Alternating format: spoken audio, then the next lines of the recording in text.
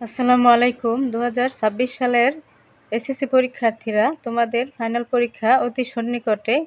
তো এই পরীক্ষার জন্য আমি তোমাদের অনুধাবনমূলক প্রশ্নের একটি ভিডিও নিয়ে হাজির হয়েছি। তো পরীক্ষায় সর্বোচ্চ কমন উপযোগী অনুধাবনমূলক প্রশ্ন। তো তোমরা যদি এই প্রশ্নগুলো পড়ে যাও, আশা করি তোমাদের সবগুলো প্রশ্নই কমন থাকবে। তো যারা মাদ্রাসা বোর্ডের অধীনে পরীক্ষা দেবা, তাদেরও এখান থেকে সংক্ষিপ্ত প্রশ্নগুলো এবং অনুধাবনমূলক প্রশ্নগুলো এখান থেকে সর্বোচ্চ কমন থাকবে। তো আমি তোমাদেরকে দেখিয়ে দিচ্ছি। তোমরা চাইলে খাতার মধ্যে লিখে রাখতে পারো। এই প্রশ্নগুলো শুধু যদি তোমরা পড়ে যাও, এখান থেকেই সর্বোচ্চ কমন পাবে। তো আমি এক একটা গল্প এবং কবিতা থেকে তোমাদেরকে 5টি করে প্রশ্ন দেব। তো 5টি করে প্রশ্ন তোমরা খুব ভালোভাবে পড়ে গেলে পরীক্ষায় লিখতে পারবে। তো প্রত্যেকটা গল্প থেকে আমরা এখানে কি প্রশ্ন লিখেছি। খলিফা মামুন খলিফা মামুন মৌন হয়েছিলেন কেন? এই প্রশ্নটা তোমরা খুব ভালোভাবে পড়বে, এটা পরীক্ষা আসার সম্ভাবনা অনেক বেশি। তারপরে খলিফা মামুনের পরিচয় দাও। তো তাহা হইলে মৃত্যুকালে আমার কোনো ক্ষোভ থাকে না, আলী ইবনে আব্বাস কেন এই কথা বলেছেন? তারপর 4 জগদীশ্বরের শুভ দৃষ্টি থাকুক, এই কথা কেন বলা হয়েছে?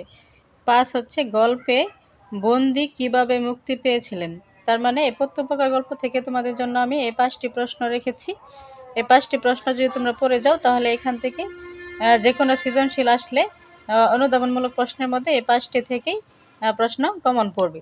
তো তারপরে শুভা গল্প থেকে আমি কি প্রশ্ন দিয়েছি তোমাদের। পিতামাতার নীরব হৃদয় ভার কথাটি দ্বারা কি বোঝানো হয়েছে?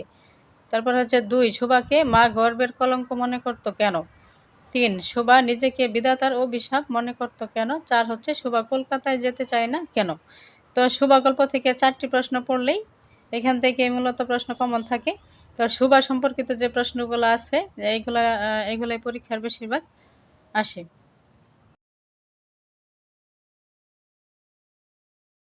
তো তারপরে বই পড়া প্রবন্ধ থেকে তোমরা কি প্রশ্ন পড়বে। বই পড়া প্রবন্ধ থেকে এই সবগুলো প্রশ্ন অনেক বেশি গুরুত্বপূর্ণ। এগুলো যদি তোমরা পড়ো, এখান থেকে কমন থাকবে। তো 1 নম্বরে কি বলা হচ্ছে যে অন্তর্নিহিত শক্তি বলতে কি বোঝায়? তারপর 2 নম্বরে কি বলছে, মনের হাসপাতাল বলতে কি বোঝায়? সুশিক্ষিত লোক মাত্রেই স্বশিক্ষিত, উক্তিটি বুঝিয়ে লেখো। এই প্রশ্নটি কিন্তু অনেকবার পরীক্ষায় এসেছে, এটি খুব ভালো করে তোমরা পড়বা। এটা কিন্তু অনেকবারই পরীক্ষায় আসে। তো 4 নম্বরে কি বলছে, যে জাতি যত নিরানন্দ সেই জাতি তত নির্জীব, ব্যাখ্যা করো। তার 5 আমাদের দেশে বেশি বেশি লাইব্রেরি প্রতিষ্ঠা করা প্রয়োজন কেন?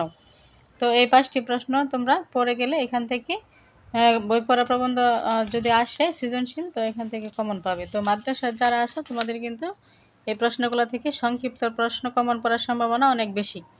তো তারপরে শিক্ষা ও মনুষ্যত্ব। শিক্ষা ও মনুষ্যত্ব প্রবন্ধ থেকে তোমরা কি পড়বা। প্রথমে পর্ব এটা, অন্য বস্ত্রের প্রাচুর্যের চেয়ে মুক্তি বড়, কথাটি বুঝিয়ে লিখো। তারপর 2 লেফাফা দুরস্তি আর শিক্ষা এক কথা নয় কেন? 3 মানব জীবনকে দোতলা ঘরের সঙ্গে তুলনা করা হয়েছে কেন? তারপর 4 আত্মার অমৃত উপলব্ধি করা যায় না কেন? 5 অর্থ চিন্তা নিয়ে করে সকলে বন্দি বলতে কি বোঝানো হয়েছে? এখান থেকে এই প্রশ্নটা অনেক বেশি গুরুত্বপূর্ণ। তোমরা এই প্রশ্নটা এখান থেকে বেশি গুরুত্ব দিয়ে পড়বে। তারপর তারপরে আমরা চলে যাচ্ছি 21-এর গল্প। 21-এর গল্প থেকে তোমরা কি পড়বে। তপু ফিরে আসায় সবাই উদ্বিগ্ন হয়ে পড়েছিল কেন? এই প্রশ্নটি পড়বে। তারপর ল্যাপের নিচে দেহটা ঠক ঠক করে কাঁপে বলতে কি বোঝানো হয়েছে? তারপর 3 সমুদ্র গভীর জনতা বলতে কি বোঝানো হয়েছে? এখান থেকে এই প্রশ্নটি অনেক বেশি গুরুত্বপূর্ণ, তোমরা এটা খুব ভালোভাবে পড়বে। সমুদ্র গভীর জনতা বলতে কি বোঝানো হয়েছে? তারপর 4 কে বলবে এই তপু, উক্তিটি ব্যাখ্যা করো। তারপর চেনার উপায় থাকলে তো চিনবে, উক্তিটি ব্যাখ্যা করো। তো এখান থেকে আমি তোমাদেরকে 5টি প্রশ্ন দিয়েছি। এই 5টি প্রশ্ন ভালোভাবে পড়লে আশা করি এখান থেকে কমন পড়বে। তারপর আরেকটি গল্প নিয়ে আমরা কথা বলবো, সেটা মানুষ মুহাম্মদ সাল্লাল্লাহু আলাইহি ওয়াসাল্লাম। তো এইখান থেকে 1 নম্বরে কি বলা হচ্ছে, সুমহান প্রতিশোধ বলতে কি বোঝায়? এই প্রশ্নটি কিন্তু অনেক গুরুত্বপূর্ণ, তোমরা এটা খুব ভালোভাবে পড়বে। সুমহান প্রতিশোধ বলতে কি বোঝায়? তারপর 2 নম্বর তাহারের দিকে সকলের মহাযাত্রা কেন, বুঝিয়ে লিখো। মুহাম্মদ সাল্লাল্লাহু আলাইহি ওয়াসাল্লাম এর মৃত্যুর পর মদিনায় আধার গনাইয়া আসলো কেন, এটা পড়বা খুব ভালোভাবে। তারপর দেখো, যে যে বলিবে হজরত মরিয়াছেন তাহার মাথা যাইবে, ওমর এই কথা বলেছেন কেন? মানুষের একজন হইয়াও হজরত মোহাম্মদ সাল্লাল্লাহু আলাইহি সাল্লাম দুর্লভ কেন? এখান থেকে এই প্রশ্নটি অনেক বেশি গুরুত্বপূর্ণ, যে নবীজিকে দুর্লভ কেন বলা হয়েছে। এই প্রশ্নটি তোমরা খুব ভালোভাবে পড়বা। এখান থেকে এই প্রশ্নগুলো যদি তোমরা পড়ে যাও, সর্বোচ্চ কমন থাকবে। তাহলে আমরা এখানে যে কয়টা গল্প তোমাদেরকে বললাম, এগুলা থেকে এই অনুধাবনমূলক প্রশ্নগুলো তোমরা যদি পড়ে যাও, তাহলে এখান থেকে সর্বোচ্চ কমন পাবে। যেহেতু তোমাদের পরীক্ষা সন্নিকটে, তো তোমরা এই প্রশ্নগুলো খুব গুরুত্ব দিয়ে পড়বে। আর এই প্রশ্নগুলো লেখা সম্পর্কে তো আমি তোমাদেরকে আগে বলেছি যে তোমরা জ্ঞানমূলক আর অনুধাবনমূলক প্রশ্ন 1 পৃষ্ঠার মধ্যে লেখার চেষ্টা করবে। তো এটা 2টা পয়েন্ট আকারে তোমরা লিখবে। প্রথমত যে কেন এই কথাটি বলা হয়েছে, এটা এই কথাটির মানে কি, এটা লিখতে হবে। তারপরে এই কথাটিকে ব্যাখ্যা করতে হবে।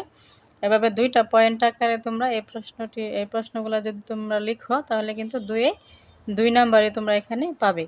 তো এখান থেকে যদি তোমরা 2 এর মধ্যে 2 নাম্বারে তোমরা ক্যারি করতে পারো, তাহলে কিন্তু তোমাদের নাম্বার অনেক বেশি বেড়ে যাবে। যেমন তোমাদের কিন্তু 60 সব মিলিয়ে গদ্য এবং পদ্য থেকে 5টি সৃজনশীল আনসার করতে হবে। তো 5টি থেকে 5টির মধ্যে হচ্ছে 5টি অনুধাবনমূলক প্রশ্ন লিখতে হবে।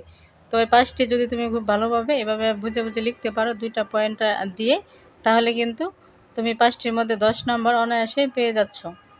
তাহলে তোমার ভালো নাম্বার পাওয়া কিন্তু অনেক বেশি সহজ। আর মাদ্রাসার শিক্ষার্থী যারা আছো, তাদেরকে বলি, তারা এই প্রশ্নগুলো খুব ভালোভাবে পড়বে। এখান থেকে তোমাদের অনুধাবনমূলক প্রশ্নের মধ্যে কমন থাকবে।